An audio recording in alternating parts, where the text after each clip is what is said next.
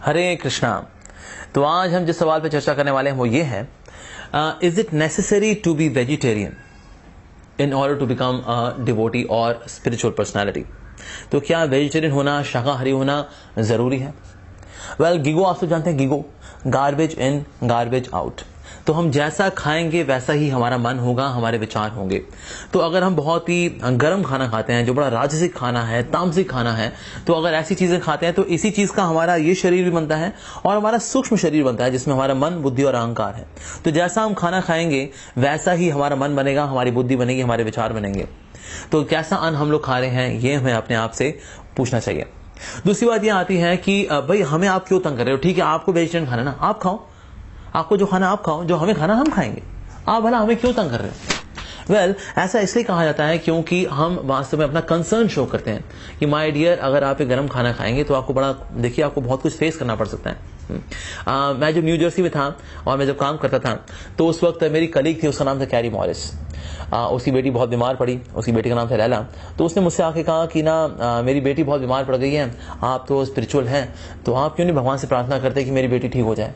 तो मैंने उससे कहा कि अच्छा, मैं प्रार्थना करूंगा लेकिन एक शर्त पर, और वो ये है कि अगर तुम कोई अपनी फेवरेट चीज छोड़ोगी तो फिर तुम्हारी लैला जल्दी ठीक हो जाएगी, मैं भगवान से प्रार्थना करूंगा। तो उसने कहा ठीक है, मुझको ना मीट खाना बहुत पसंद है और इसलिए मैं मीट खाना छोड़ दूंगी अगर मेरी बेटी ठीक होगी तो जब उन्होंने ऐसा कहा तो मैंने कहा ठीक है, मैं भी फिर प्रार्थना करूंगा। So I chanted Hare Krishna and I pray to the Lord कि प्रभु अगर आपकी इच्छा हो तो उसकी बेटी ठीक हो जाए। और उसने भी अपना प्रतिज्ञा का पालन किया, प्रॉमिस का पालन किया और उसने मीट खाना छोड़ दिया। तो मुझसे आके मिली, उसने कहा थैंक यू वेरी मच, मेरी बेटी अब ठीक हो गई है। 2 दिन की बाद मुझसे जब मिली तो बेटी ठीक हो गई थी। और उसके बाद उसने बहुत धन्यवाद दिया कि एक्चुअली इसकी वजह से, क्योंकि उन्होंने मीट खाना छोड़ दिया तो उनका मन अब बहुत शांत रहता है। तो जैसा अन्न होता है वैसा ही हमारा मन होता है। वास्तव में मीट जैसे ही बहुत ही गर्म चीज है, उसमें इज वेरी राजसिक एंड तामसिक, तो इसको खाएंगे तो हमारा मन, हमारी इच्छाएं, हमारे परसेप्शंस भी वैसे ही हो जाएंगे। So GIGO garbage in garbage out. एक और बात सामने आती है वो ये है कि देखिए, सब कुछ भगवान का बनाया हुआ है, तो जो भगवान की बनाई चीज है हम क्यों नहीं खा सकते उसको? बाबा देखिए, हर वो चीज जो भगवान ने बनाई है जरूरी नहीं है वो खाने के लिए ही बनी है। अफीम भी है, क्या अफीम हम खाएंगे? जहर भी है, क्या जहर हम खाते हैं? पोटेशियम साइनाइड का भी खाएंगे हम? नहीं। तो ऐसी हर वो चीज जो उग रही है, ऐसा नहीं है कि वो खाने के लिए ही बनी है। जैसे कि प्याज और लहसुन, कि प्याज लहसुन खाएं या ना खाएं, भाई जमीन से उगता है, सब्जी है, भला आप क्यों नहीं खा सकते इसको? देखिए, प्याज लहसुन क्यों नहीं खाना चाहिए, इसका एक है स्क्रिप्चुरल रीजन, एक है साइंटिफिक रीजन और एक है स्वाद का रीजन। सबसे पहले लेते हैं स्क्रिप्चर्स का रीजन।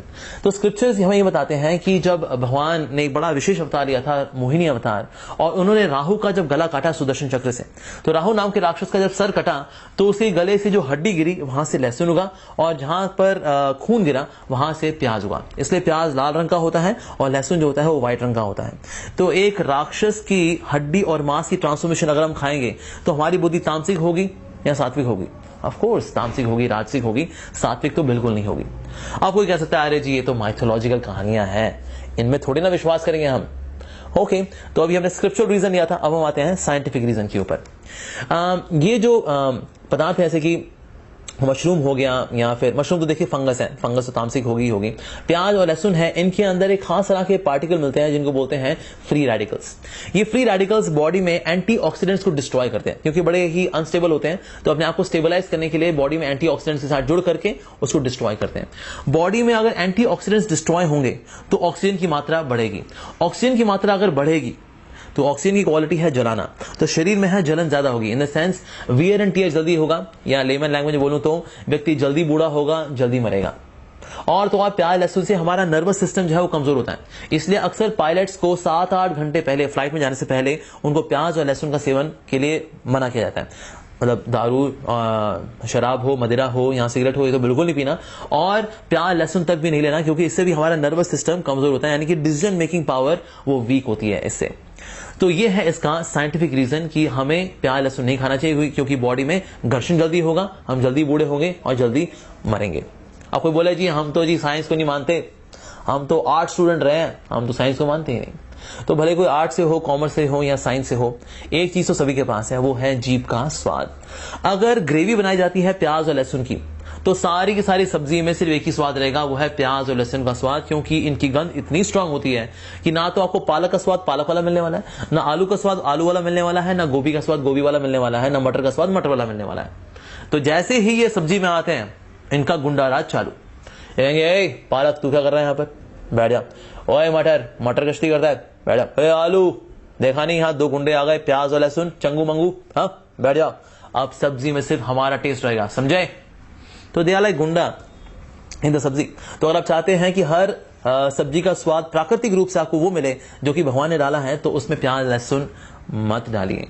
कुछ लोग यही मानते हैं कि प्याज लहसुन जो है हमारे जॉइंट्स के लिए बड़ा अच्छा है, बीपी के लिए बड़ा अच्छा है, तो हमें लेना चाहिए। देखिए इसके ऊपर आज भी विवाद है, ऐसा कोई कंफर्मेशन नहीं कि ऐसा खाने से हमारे जॉइंट्स अच्छे होंगे, हमारा बीपी अच्छा होगा।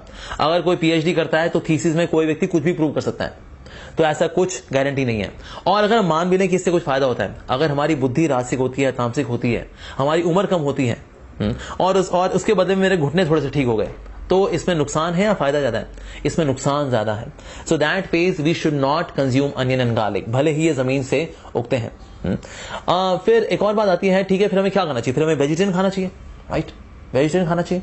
वेल देखिए वेजिटेरियन क्या है, ये भी पेड़ पौधे हैं, पेड़ पौधों में भी जान होती है। अगर हम पेड़ पौधों को मार के खाते हैं तो भी हम पाप करते हैं। तो ना तो हमको तो हमें ना तो वेजिटेरियन बनना है ना नॉन वेजिटेरियन बनना है, बाकी जो कुछ भी है वो आप खा सकते हैं।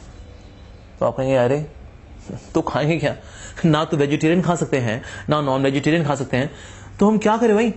Weather we should be vegetarian और non vegetarian, what we should be, क्या बन जाए फिर हम? वेल हमको दोनों ही नहीं बनना, हमको ना तो वेजिटेरियन बनना है ना नॉन वेजिटेरियन, हमको बनना है कृष्णाटेरियन।